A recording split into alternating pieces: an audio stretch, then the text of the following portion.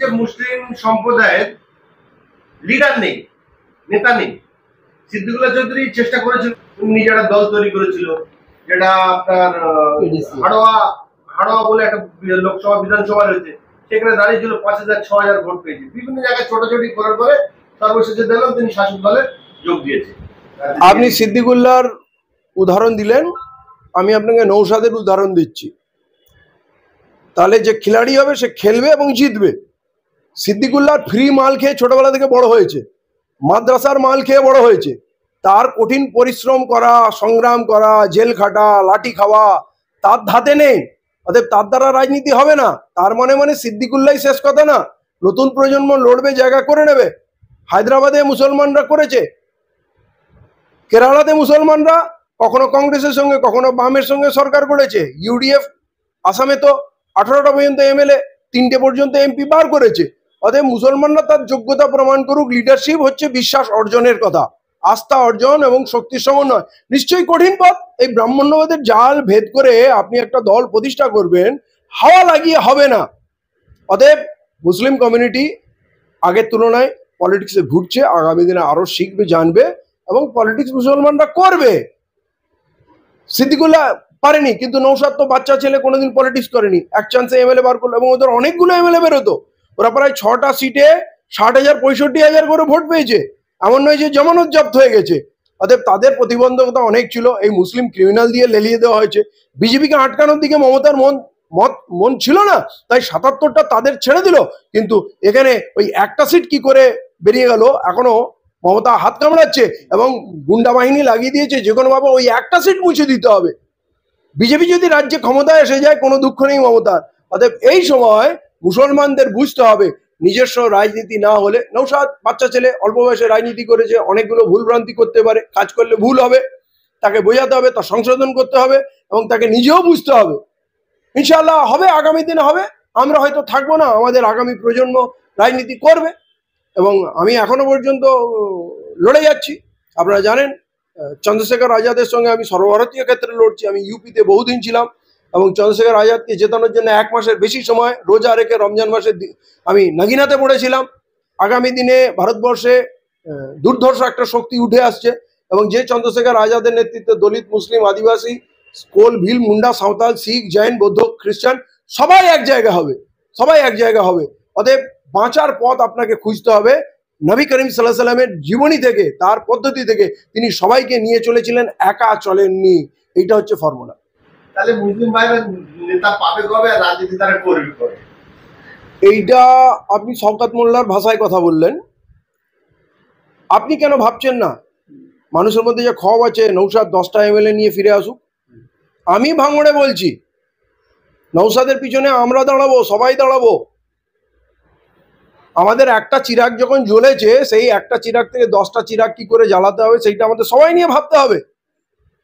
আমি থাকবো না, নৌসাদ থাকবে না, কিন্তু বাংলার রাজনীতিতে মুসলমানদের একটা জায়গা করে দিয়ে যেতে হবে। নৌসাদের পাশে সবাইকে দাঁড়াতে হবে।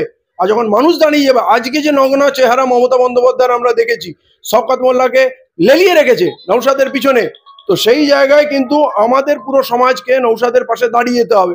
নৌসাদ যদি আজকে হেরে যায়, বাংলার মুসলমানদের রাজনৈতিক পটভূমিকা শেষ হয়ে যাবে। সিদ্দিকুল্লাহ পারেনি, নৌসাদ পেরেছে, তার পাশে পুরো মুসলমানকে। নৌসাদ ভুল করলে ওকে আমরা বকবো, ওকে শাসন করবো, ওকে বুঝাবো, কিন্তু ওর বিপদে আমরা ওর পিছনে দাঁড়িয়ে যাব। এইটা হচ্ছে আমাদের কমিউনিটি হিসাবে কর্তব্য। হাইকোর্ট পারমিশন দেবে। হাইকোর্টকে আমরা চিনেছি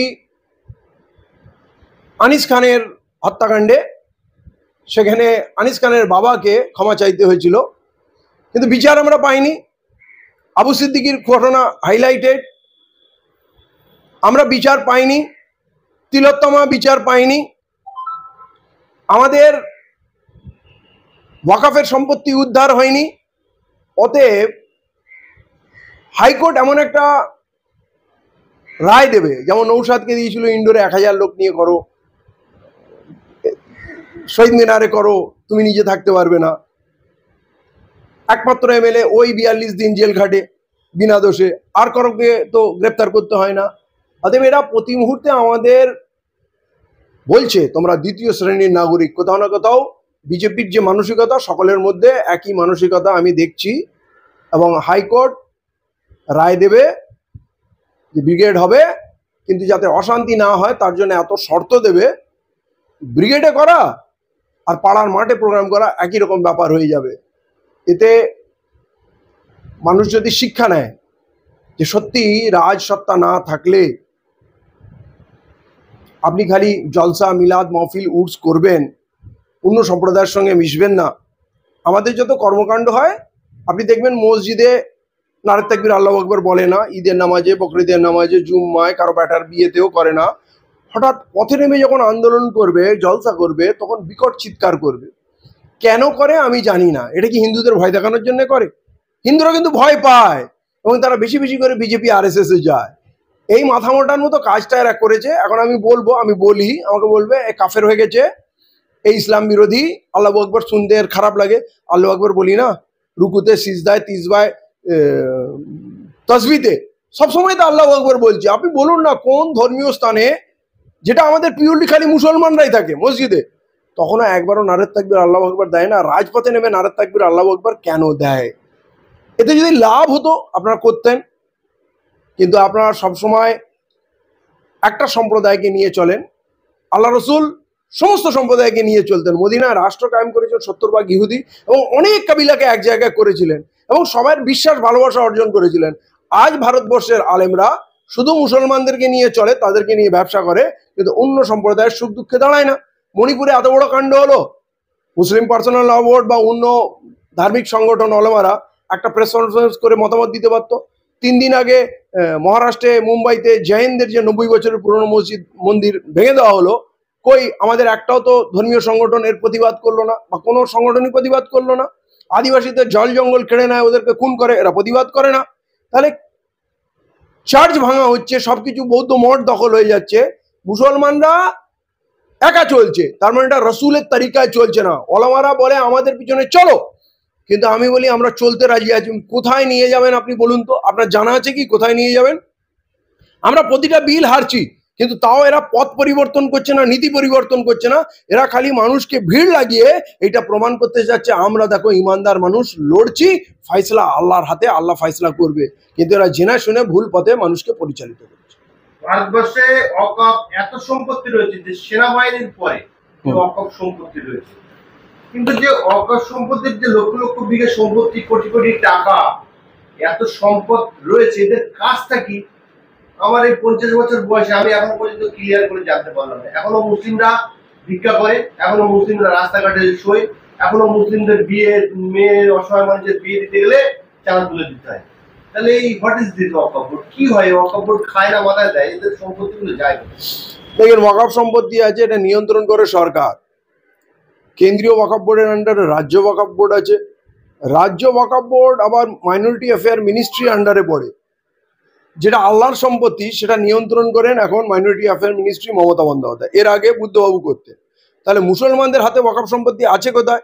নিয়ন্ত্রণ করছেন মমতা বন্দ্যোপাধ্যায়, আগে করেছেন বুদ্ধবাবু। 12 জন যে মেম্বার, 11-12 জন মেম্বার হয়, তার অ্যাপয়েন্টমেন্ট মুখ্যমন্ত্রী দেন। তাহলে ওইখানে মুখ্যমন্ত্রীর লোকরাই, আগের মুখ্যমন্ত্রী তার সময় বামফ্রন্টের লোকরা লুট করেছে, এই সম্পত্তি বিক্রি করেছে, খেয়েছে, হ্যাঁ, প্রমোট করেছে, তার বেনিফিট ফান্ডে আসেনি, এখনো তাই লুট হচ্ছে। তাহলে মুসলমানদের হাতে ওয়াকফ সম্পত্তি নেই, মুসলমানদের হাতে মালিকানা আছে, সম্পত্তি নেই। এবারে নতুন বিল যা আসছে তাতে আমাদের মালিকানাও চলে যাবে, এইটা নিয়ে চিন্তা। আজ যারা আন্দোলন করছে ওয়াকফ নিয়ে, যারা ওয়াকফ লুট করে তাদের সঙ্গে দোস্তি করে, এটা একটা দ্বিচারিতা, এটা একটা পলিটিক্যাল মুভ। মোদির উপরে আক্রমণ করতে হবে, কিন্তু ওয়াকফ লুট নিয়ে কেউ কথা বলবে না, ওয়াকফ কারাপশন নিয়ে কেউ কথা বলবে না। আর এটা মনে রাখবেন, আপনার রাজত্ব বা সরকারের উপরে আপনার নিয়ন্ত্রণ যতক্ষণ না আসছে আপনি ওয়াকফ বোর্ডের সুবিধা পাবেন না। আপনি ব্যাঙ্গালোর ওয়াকফ বোর্ড, কেরালা ওয়াকফ বোর্ডে দেখবেন অনেক বেটার কাজ। ওরা অনেক মেডিকেল কলেজ থেকে আরম্ভ করে, ওরা হাজ হাউস থেকে আরম্ভ করে অনেক স্কুল, অনেক কিছু করে, কারণ ওরা শিক্ষিত, ওরা ভ্যালু বোঝে, সরকার ওদের ভ্যালু দেয়। আপনি দেখবেন আন্ধ্রপ্রদেশ, তেলেঙ্গানায় মাত্র 5-7% মুসলমান, সরকার তাদের অনেক গুরুত্ব দেয়। আমাদের এখানে 30% মুসলমান, এরা প্রেমেই পাগল, মমতা বললেই অজ্ঞান। অতএব মমতাকে যখন বিনা শর্তে ভোট দেবে, মমতা আছে বলে বেঁচে আছি, মানে আল্লাহ এদের বাঁচায় না, আল্লাহ এদের খাওয়ায় না। এরা বিজেপিকে হারাতে হবে, তার মূল কারণ মমতাকে ভোট দিতে হবে। এটা মমতা এতটাই রিল্যাক্স শিওর হয়ে গেছে যে এদের আর কিছু দেওয়ার নেই। অতএব যতক্ষণ রাজতন্ত্রে আপনি না আসবেন, ভারতবর্ষের সব থেকে বড় কমিউনিটি মুসলমান, যদি আদার কমিউনিটির সঙ্গে অ্যালায়েন্স করে, পার্টির অ্যালায়েন্স হয়, আমি বলি কমিউনিটির অ্যালায়েন্স হোক, শিখদেরও দল হোক, জাটদেরও হোক, পাঞ্জাবিদের হোক, আপনার আদিবাসীদের হোক, খ্রিস্টানদের হোক, বৌদ্ধিস্টদের হোক, জৈনদের হোক, সবাই তো আঘাত পাচ্ছে। চলুন না কমিউনিটি বেসে পলিটিক্যাল পার্টি হোক এবং পলিটিক্যাল অ্যালায়েন্স হোক, কমিউনিটি বেসিসে অ্যালায়েন্স হোক, পার্টি বেসিসে না। আজ সব পার্টি ব্রাহ্মণদের। আসলে এই ঘটনাটা হচ্ছে আমরা আলাদা আলাদা পার্টি করছি, ভাবছি এটা করি ওটা করি, কিন্তু আসলে এদের মধ্যে নেক্সাস আছে। এরা সবাই কন্ট্রোল বাই RSS। তাহলে আমাদের পলিটিক্যাল অ্যাওয়ারনেস না হলে, ফোরসাইট না থাকলে, আমাদের দূরদৃষ্টি না থাকলে আমরা এরকম গোলাম হয়ে থাকবো। আর যদি প্রত্যেকটা কমিউনিটি তো করতেই পারে, মুসলিমদের অনেকগুলো পলিটিক্যাল পার্টি আছে, আদিবাসীদেরও হতে পারে, দলিতদেরও পার্টি আছে, শিখদের আছে, জৈনদের হোক, মারওয়াড়িদের হোক, হোক না, সব জাতিরই হোক, এবং তাদের অ্যালায়েন্স হোক।